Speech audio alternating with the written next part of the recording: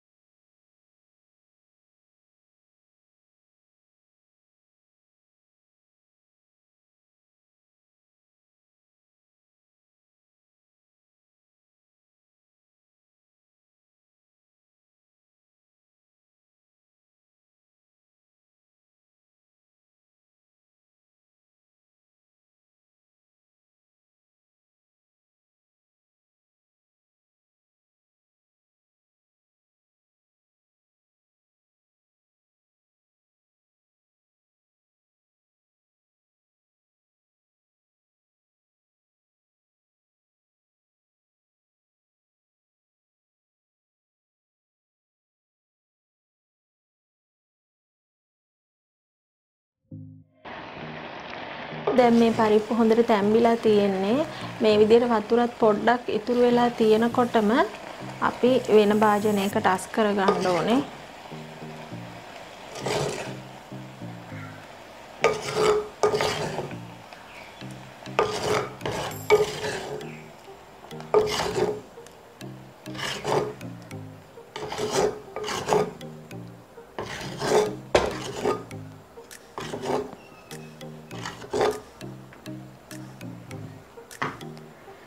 ඔන්න ඔය විදිහට අඩු කරගෙන අපි මේක ටිකක් තියෙන වතුර ගතිය අඩු වෙන්න ආරෙමු.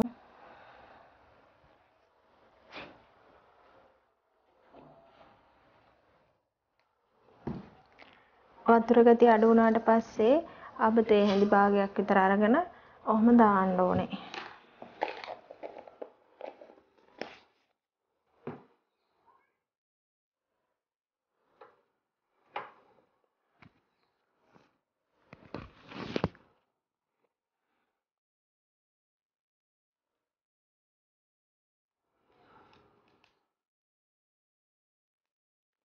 දැන් මේක මේ රත් වෙනකොට අබෑට පුපුරනවනේ, ඇහෙනවනේ ශබ්ද. එතකොට අපිට හැන්දේ අනිත් පැත්තෙන් මේ විදිහට පොඩි කරලා අපයට පුපුරව ගන්න පුළුවන්. ඔන්න ඔය විදිහට. ඊට පස්සේ මේක තෙල් දාලා වුණත් කරන්න පුළුවනි. ඊට පස්සේ අපි තෙල් පොඩ්ඩකුත් ඒකට දා ගන්නවා.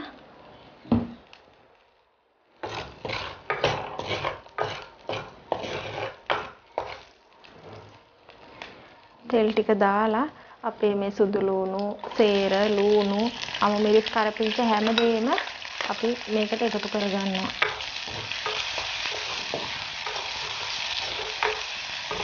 පොඩ්ඩක් මේක රන්වන් පාට වගේ වෙනකන් තියෙන්න අරින්න මෙහෙම.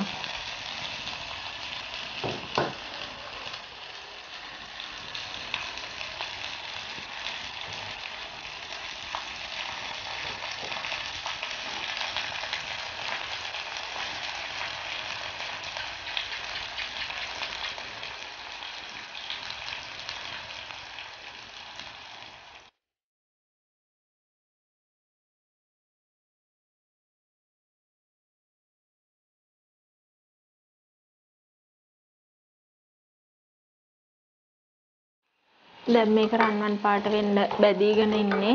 දැන් අපි මේකට එකතු කරගමු අපේ කෑලි මිරිස් ටික. ඊට පස්සේ කහ කුඩුත් එක්කම දාගන්න ඕනේ. දාලා පොඩ්ඩක් මේක කලවම් කරනවා. ගොඩක් වෙලා කලවම් කරන්නේ මේක කළු වෙනවා. ඒ නිසා ඔය ඔහොම කලවම් කරලා අපි පරිප්පු ටිකත් එකතු කරගන්නවා. ඊට පස්සේ පොඩ්ඩක් හැඳි ගන්න ඕනේ. අපේ ලුණු ටිකත් අපි මේ වෙලාවේ එකතු කරගමු.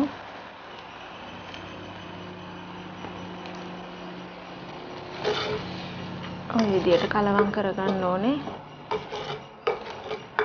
මේක ට්‍රිප් එකක් ගෙනියන වෙලාවකට එහෙම බත් එකට දාලා දෙන්න හොඳයි. නරක් වෙන්නේ නැහැ. හවස් වෙනකන් තිබ්බත් නරක් වෙන්නේ නැහැ. හොඳ කෙසෙල් කොලයකට බත් එක උතලා මේ විදිහට පරිප්පු හදලා දැම්මහම ගොඩක් වෙලා තියාගන්න පුළුවන්, නරක නොවේ. හරි, දැන් අපි ලුණුත් බලමුකෝ මේකේ කොහොමද කියලා.